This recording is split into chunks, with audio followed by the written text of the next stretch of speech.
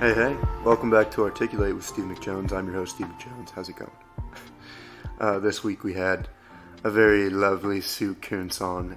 She was my task force manager coming into the Ohio University Inn when both of our managers are gone now, and I'm the MIT, and she was the help.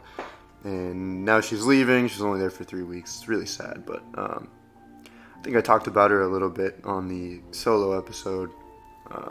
And she's just, I learned a lot from her, and she's great. And this conversation was not the one I was expecting to have with her, if I'm being honest with you. But I think it helped me realize that, it kind of brought me back to sometimes these episodes can just be conversation. They can just be relaxed. And we recorded it in the bar at the OUN, and I was not looking forward to go there just to record it because I work there, but during this conversation kind of took me out of where I was, and it's just really nice to refreshing topics and all over the place. And Sue's just amazing, so it's just good stuff. I hope you enjoy it as much as I did. Okay, here it is.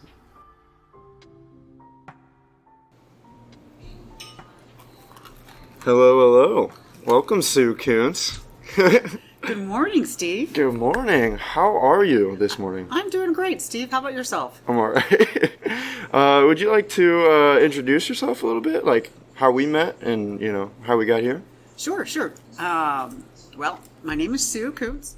I am currently the guest services manager at the Austin Marriott North in Round Rock.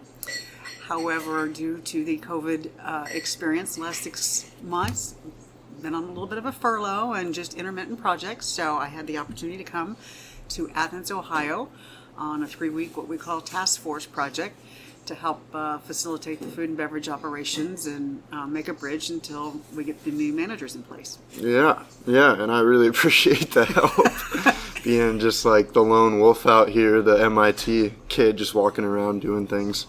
I really appreciate you coming out and helping and being so nice, which is awesome. Thanks. It's been a lot of fun. Not from the beginning, but once we got over that, it's been great. Some audio cut out here, but I asked Sue if she was born in Austin. No, I was actually born in San Antonio. Lived there for pretty much about 20 years on and off. Most of it, and then lived in Fredericksburg for a couple years, opened up some businesses, and then went back to San Antonio, and then moved to Austin when my kids were about 3 and 5. Wanted to raise them there, so I've been in Austin a very long time. I can't count the number of years. About 32. Well, it sounds like a whole lot happened in between. You're just saying kids. I bounced around, yeah. Couple kids. Well, so your first 20 years, you went to high school, and then did you go to college, or? Actually, I went to... So after you graduated high school, what'd you do? I graduated in 3 years from high school because I was extremely bored. In 3 years at high school? Years. Yeah, 3 really? years. So basically skipped a year and took my English 4 and an art class at the end. Walked across the stage and then got my diploma a couple months later. And then took a little bit of time off to go explore the world. Came back and... Where'd you go? I went to Fredericksburg. I wouldn't call it the world, but had an opportunity to open a business in a little small town, and it was the only bar in town. Oh, it was a bar that you opened? Yeah, well, it was a bar. I went to work at the bar, and then my colleague ended up opening up a restaurant, an answering service, and a paint store, and a little strip center. So really? And you must have been, what, 19? 19 at that point? Opening businesses at 19? That's pretty impressive. It was pretty cool. Yeah. I really liked I like to be active. I like to learn, but I didn't like school. So me too. Yeah, so it was kind of a challenge. And then met my ex-husband, father of my children. While you were opening the businesses? While I was doing that. Okay. And then went back to school, went to UTSA for about 21 hours, and then got married and had some kids. I didn't go back to school till I was about 40 years old. Well, so what made you want to go back to school after everything? Well, and so did you just, while you were having kids, that was like your job? Or like... Well, that was my job, and I had worked like 4 jobs just to raise them. Really? Yeah. What, 4 jobs at once? 4 jobs at once. I worked for American Airlines, 2 restaurants and a company that hosted company picnics.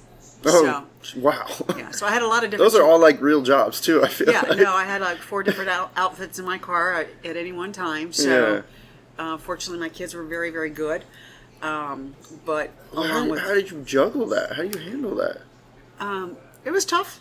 Did you get babysitters all the time? And I had a really nice support group of family and friends that made a big difference. My brother lived with me for a couple years and helped cook for them and raise them, and then bought a house, and they learned to get dressed and get up and feed themselves. They're pretty independent.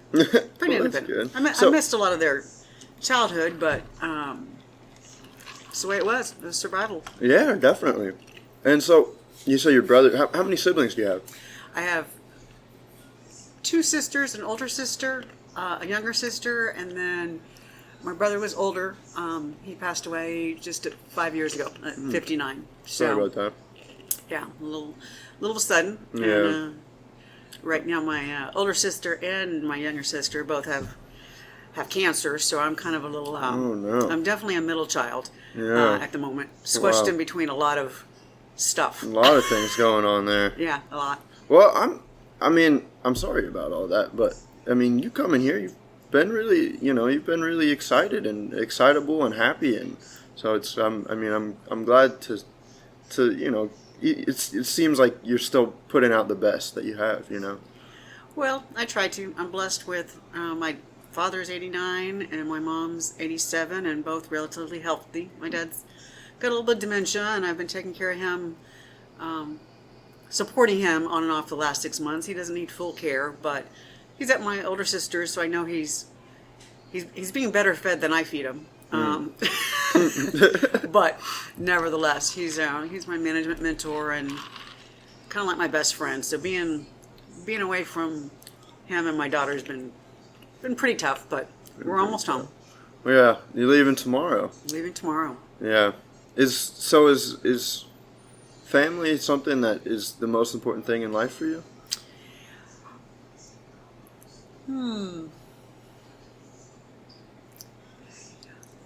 I would say yes. Well, I would say in the old Mary Kay terms, God first, family second, career third. But you have to have maybe not a career, but you have to work to be able to support the family. Right. So it's sometimes the lines get a little blurred, and I've always been a workaholic by either. Well, working 4 jobs, opening a business when you're 19. Yeah, it seems like a busy Some of that was life. by desire, some was by need, and then I'm, in a way, I guess I'm kind of addicted to work and the feed that I get from people that I work with. So sometimes work is, although difficult, is easier relationship-wise than family. Right. But yeah, and so honestly, like, I am only working this job right now, and I got homework and stuff, so my life isn't nearly as crazy busy as that, but I still, right now, I feel stressed out, and I feel kind of like, tired all the time, like we were talking about, and I try to, like, look into spirituality and stuff, but, like, how did you like, handle all that? Like, what really gets you through that? honestly, really, faith. Yeah. And so were you raised Catholic, Christian? No, I was raised Christian, and probably accepted Jesus Christ when I was, I think, 5 or 6 from Vacation Bible School, and my mom, right. My mom was, I still say her faith has gotten her through some real challenges through her life, and that's probably the best thing she's given me, faith and endurance. She's tough. Yeah. She's not a workaholic necessarily, but she's tough. It's that survival instinct that you're talking about. Yeah, very much so. Mm-hmm. I was actually raised Catholic. I don't know if you knew that or not, but I don't know. I feel like I've changed a lot since I've graduated and been through college so far, and I don't know. I feel like. So has your idea of God changed as you grew? Actually, no, it hasn't. Really? It really hasn't. And I was fortunate. My mom and dad divorced, they separated back and forth for many years. So it wasn't, and I was always very close to my dad. So when he would leave, and they tried many times to work it out, when he would leave, it was a real separation anxiety. And I think that is something that has not changed, but it's, that God will never leave you or forsake you. And watching faith work through people in crisis, and like when my brother died, and just different things, it's what keeps me going. It's not always easy. Right. And I also, when I was growing up, not my children, but my friends, I had Lutheran friends, Catholic friends, and we had sleepovers, and I could do the homily. I mean, I had a well-versed exposure to the different types of faith. In fact, I worked for a company called Church City, where I was a startup company, and we began developing the platforms for now what is online church service, online tithing. Really? You paved the roads for this virtual future. We ran out of money when the .com industry failed, but I can't even think of the word, you're Baptist and you're Catholic, they ended up developing a lot of their own, and then they split the websites. But we were definitely pioneers of some of that early groundbreaking stuff. Wow, that's crazy. I just bring it up because I don't know, like, I feel like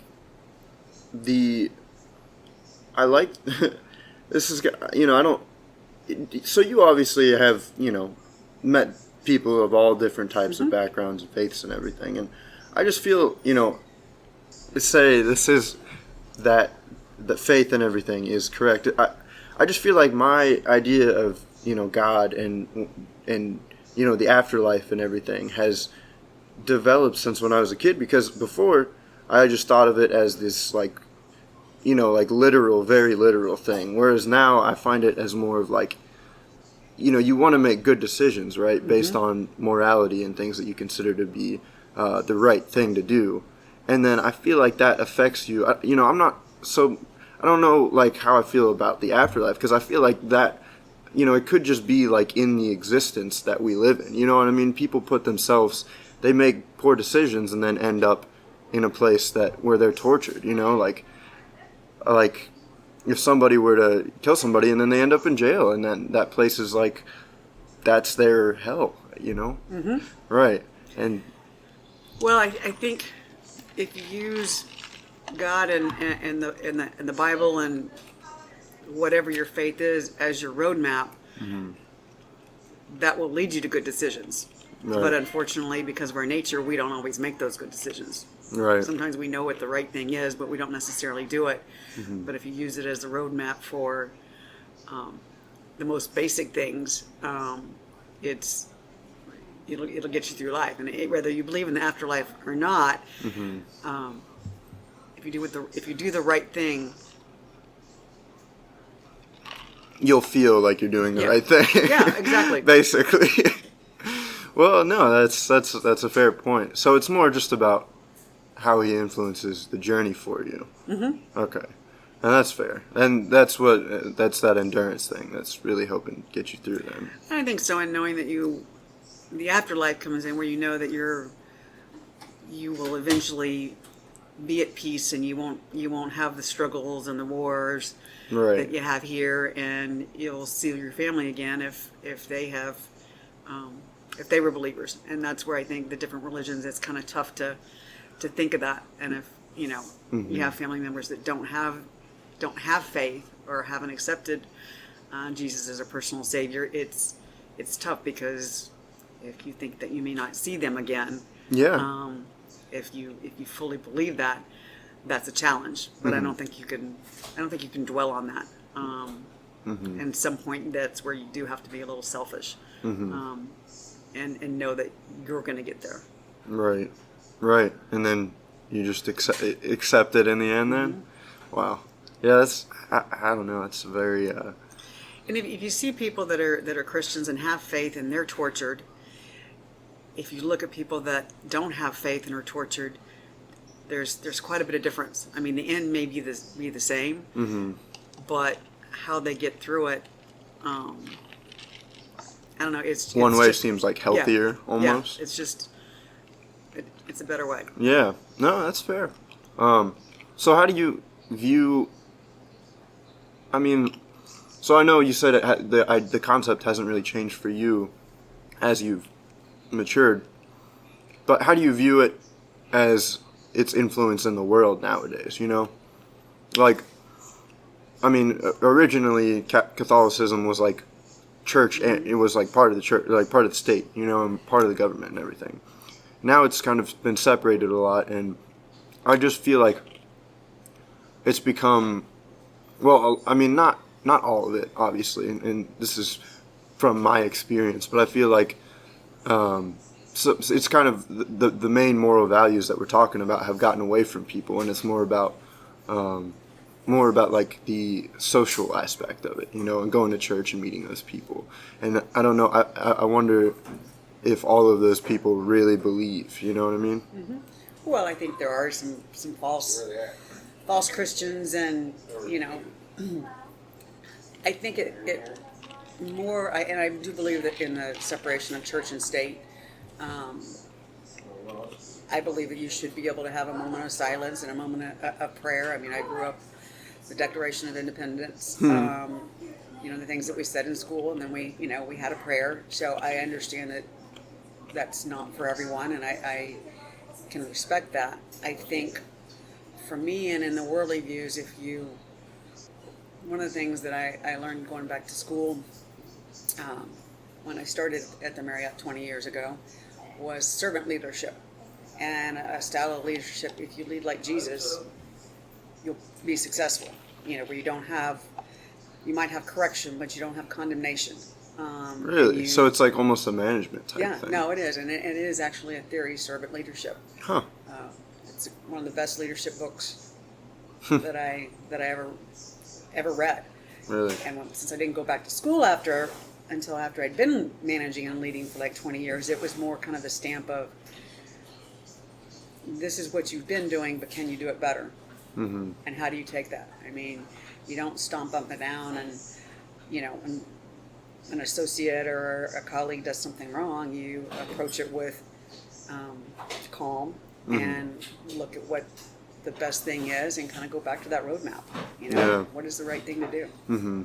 And I don't know, maybe it's because I'm so young, but I feel like a lot of the times it's hard to control those emotions, though. Mm-hmm. That, you know, like when somebody makes you mad, how do you just stay calm and like not react? You know, how do you not immediately?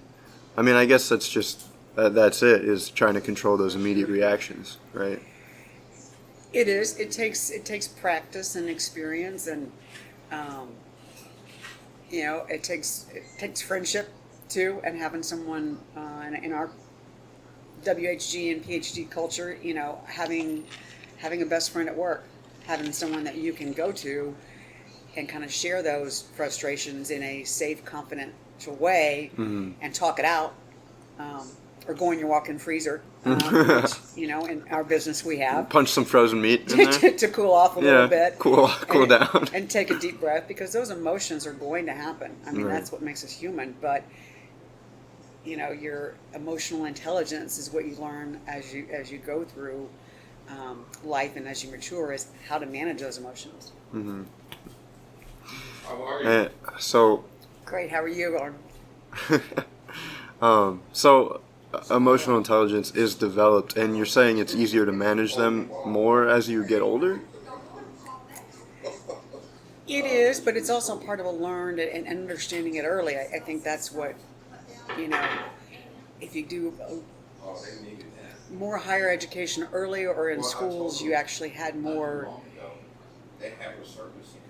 classes that were geared on the emotional side, and in developing that versus the ABCs. I mean, I think the ABCs are obviously important. Fundamental. But one of the best classes I ever had was in high school. It was called Human Relations, and it was, I think, a 12-week. It was an elective.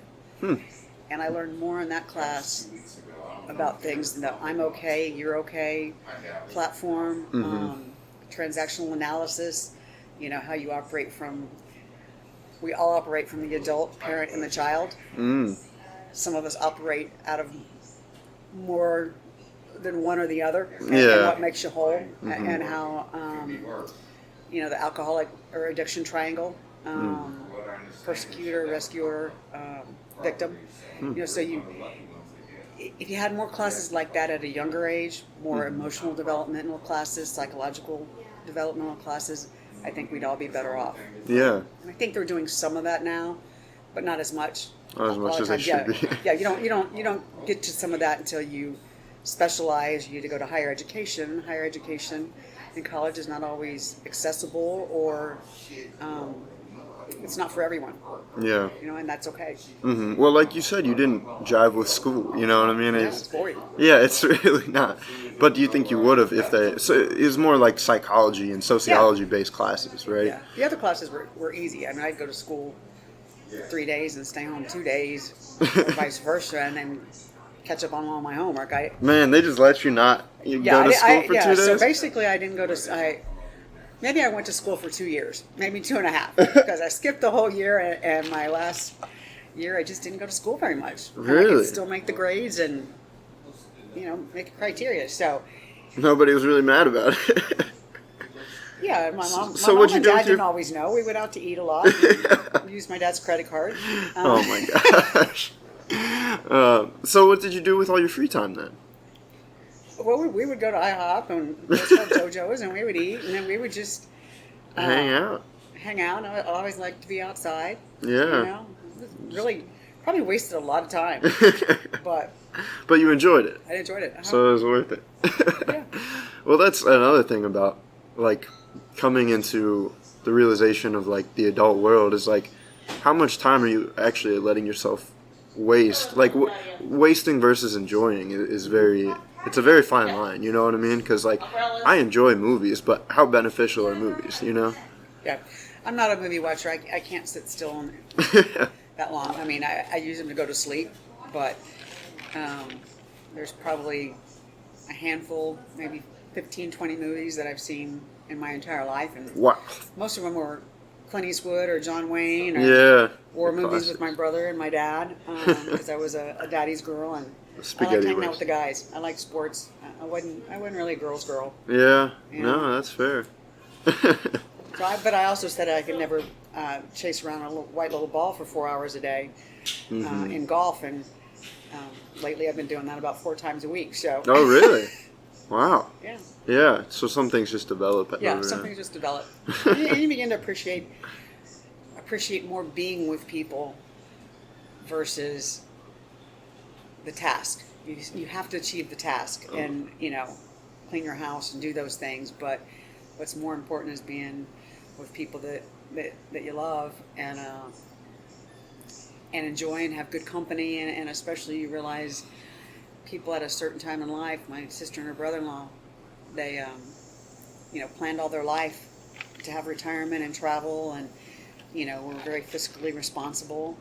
And they're 62 and 65, and she's got a very dangerous, aggressive form of cancer. So now their time is doing radiation and cancer treatment. So you don't know what's going to happen. So while they had a really good life and traveled a lot and did things, you just don't know. It can end tomorrow. So how do you achieve that balance between back to the future planning? Yeah, and back to the work, yeah, the career and family. Right. Yeah, I don't know. It's a very tricky thing. Right. And it just becomes, it just stays as complicated as you go on, huh? Well, kind of like our conversation yesterday about chasing your dream. Yeah. Early and while you can. Yeah, that's the life I want to live. But if it just seems so illogical, and so like I feel like society today wants you to make the right. I feel like there's a lot of pressure to make, and the right decision becomes not just the moral decision, but the logical decision. And so like I want to go to New York, but right now obviously that doesn't make sense. And even if this whole pandemic wasn't happening, it would still be like, what are you doing? You can't just move out there. It's you can't just you can't just live day to day thinking that you may die at any moment, because that may lead you towards recklessness. Yeah. Exactly. Yeah. Exactly. Balance. Balance. Back to the balance. Mm. I'm a Libra, but when I'm out of balance, things are really tough, but it's not always easy to achieve. Because I go full force into everything I do, be that work or golf or whatever. Then I'm all in, as my brother used to say. Yeah, I guess that's fair. That's a good way to live, though, because then you just fully envelop yourself in those things that you're interested in. All in, but your balance, your work, family, faith, finances. Yeah, stuff like that. Gotta have a balance. Well, so is there anything any advice that you would like to give to your younger self maybe before, or do you think you just played it out exactly as it was meant to be? I don't know. It's hard to go back and regret. I mean, I think getting married young and having children young provided a huge challenge, but that was the choice at a time, you know. Love gets in the way of a lot of things sometimes, and those goals and so forth, and the immediacy of love and attraction. But my kids, you know, they talk a lot about their 37 and 35, and they wouldn't have had it any other way. They learned from our struggles. My son struggled a little bit more, you know, emotionally from not having his father around and not having that support. But you know, you get through it, and they learned different values. They learned the value of work and work ethic, and while they missed a lot of me, we're on the other end of the spectrum. They're older. They waited to form relationships until later, and now we're spending adult quality time. Yeah. And when I went back to school, when they were getting ready to go to college, we would have intellectual discussions about college and different things. So I don't know that what I would recommend. I don't know. It was what it was. It was what it was. I can't change what happened. I can just change going forward and trying to find that better balance between work. And I think the pandemic has helped that a lot. But at the same time, you still have to make choices, like coming here and having to leave my family because I need to make sure that in the long run, that I still have a career and a job.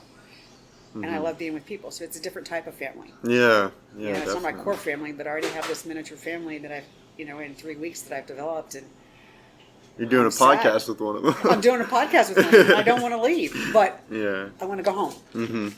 Well, but I have 2 homes now, and so I don't know which home I want to go to more. Yeah. Well, and it sounds like your kids, like you said, have learned a lot, and so it sounds like it was hard at first for them, but it's now kind of gotten better, and it's worked out for them in the end. And so having those your own children, the fruit of your, what is the fruit of your loom? I don't think that's the one. Something you want, something like that. But to see them thrive and to see them have happy lives and live fully, does that like give you some peace and some? Well, it does, and the goal was to make sure they both had the opportunity to go to college. Even though I had the opportunity to go to college, early in my life I didn't because I was bored. It was a real goal of mine to make sure, and my daughter has a bachelor's and my son has a master's of divinity, and they both make a significant amount more money than I do, which is great. So, is that why the goal was to get them to college so that they could be more well off? Yes, and the fact that, maybe when my dad was growing up, he didn't have a degree, but he did very well. That as times move on, you have to have that as a base. So yes, to give you choices, not so much so you can make some more money, so that you have choices. Because as technology moves around, if you can't, click the radio button that you have a degree, you're automatically, eliminated from, being a candidate possibly. Right. The old word of mouth and networking is great, but the reality is you need to have that education to match your intuition and your instinct to be able to have those choices. Yeah, I get what you're saying. And I also think you have practiced that fairly well, and I think you followed it, even though, like you said, you didn't really like college, and you like learning still. And this is me leading to, I think you text really well. I think you keep up with the technology pretty well. You use the emojis and stuff, and you're not. I mean, there's a lot of older people that I know that text like just the worst. They can't spell things, and like their grammar is just awful. Well, I'm not really good with the emojis, but text, I'm a grammar and a spelling freak, and Okay. I've just gotten to where I can go OTW for on the way, for efficiency, but I still have to have it special. Now, my mother is a texting freak. She does all the gifts. And she had different careers and is very intelligent, but my dad's was on the technical side, but he has trouble with the cell phone. Yeah. And texting is just not for him, and yet my mother's on the other end of the spectrum where she's like, she writes books in her text. Oh, wow. Like she talks. Yeah. But nevertheless, but she can put all these different things and all these caricatures, and I'm like, yeah, so. It's a little much, but Yeah. no, I mean, I've got, somebody told me last week, they were like, I have this older phone that's like smaller. It's like a 5S or whatever. People are like, you need to get a new phone, man. Oh, yeah. Yeah, I'm like, am I that far behind already? This isn't that old. It's like, and I feel like I don't know. I don't know. I just feel like technology is already progressing past the point where I Well, to be honest with you, if my daughter didn't pay for my phone, I probably yeah, wouldn't fair have this enough. much. But I use it a lot now, for applications and banking. And if I lost my phone, that would be Detrimental. very detrimental. Yeah. So I mean, it's got a lot of Sure. So connections you're on saying it. I should have kids to keep myself Yeah. updated and to. Yeah, my son asked me one time. He said, because he's going back for his third career he said, should I be a doctor or a physician's assistant? I said, I don't know. Whatever gets me the pool quickest. Either way, I don't care. Whatever makes you happy and gets me the pool. Wow. Yeah. I'm good. Yeah. No, that's it's a good way to think about it from going forward here. Well, I appreciate you coming out and talking to me for a little bit. I don't really have much else to add to this conversation. I feel like we've been all over the place, but Yeah, well, we have. Well, that's the way I think, and that's the way I move and operate. So no. So it's been fun, and thank you for your time, and it's been fun to watch you develop over the last couple weeks, and Same, and I really appreciate you harboring some of that and mentoring me a little bit. It really has been really beneficial for me. So I'm glad that, like you said, it's unfortunate that you had to leave, but I'm glad you made the best of your time here and helped me become better in a way. So, awesome. yeah. Thanks so much, Sue. All right, thank you. Have a great day. That was fun. So yeah, always a very excitable person, and she wasn't afraid to dive into her life and what she believes in, and like I said, it's not the conversation I was expecting to have with her, but I'm glad I did. And I mean, I'm not really a person of faith per se, Like I said, I was raised Catholic, but now not so much. But it is really inspiring to hear people talk about what they believe and why they believe it, and that's why I kind of just dived into it a little bit. And it still holds value. It still has meaning, and there's things that you can apply in different situations. And it was, like I said, it was really nice and refreshing to talk to her, and I wish her all the best, and I hope things work out for her. And thanks for being there for me, Sue. All right, and thanks for being there for me, you listeners out there.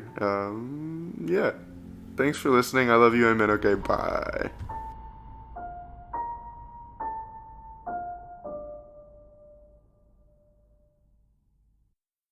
Sue actually told me this story about her. I think it was her grandma, but she was very upper class, like uppity, fancy woman, and but on the topic of marijuana and weed, she would say, it wasn't for her, but if that's your bag, that's your bag.